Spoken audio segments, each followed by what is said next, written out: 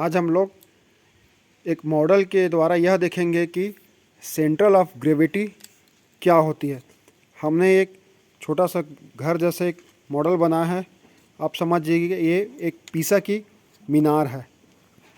हम इस मॉडल में देखेंगे कि जो इसका आधार तल है उसी तल में इसका सेंट्रल ऑफ ग्रेविटी है।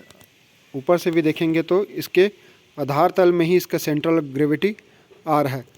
यदि हम इसे थोड़ा सा मोड़ेंगे तो इसका जो सेंट्रल ऑफ ग्रेविटी है वो इसके आधार तल में ही रहेगा, लेकिन थोड़ा सा ये खिसक जाएगा, लेकिन मीनार नहीं गिरेगी। मीनार नहीं गिरेगी। देखिए इसका सेंट्रल ऑफ ग्रेविटी बदल गया, लेकिन मीनार नहीं गिर रही है।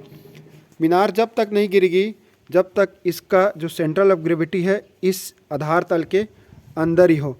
आधार तल में कहीं पर भी हो, यदि यहाँ पर हो या यहाँ पर हो या यहाँ पर हो या यहाँ पर हो, मीनार नहीं गिरेगी। लेकिन इसका सेंट्रल ऑफ ग्रेविटी यदि इसके आधार तल के बाहर आ जाए, मान लो यहाँ आ जाए, तो मीनार तुरंत ही गिर जाएगी।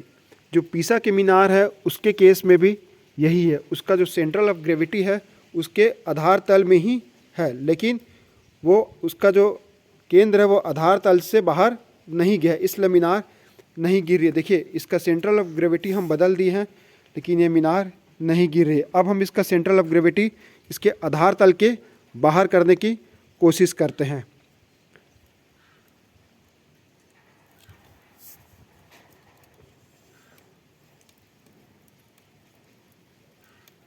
देखिए इसका जो सेंट्रल ऑफ ग्रेविटी है वो आधार तल के हमने जैसे बाहर किया वो मीनार गिर गई।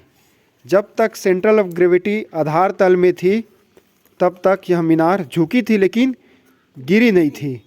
लेकिन जब हम इसका जो सेंट्रल ऑफ ग्रेविटी है उसको जैसे इसके आधार तल से बाहर किया वह मीनार गिर गई।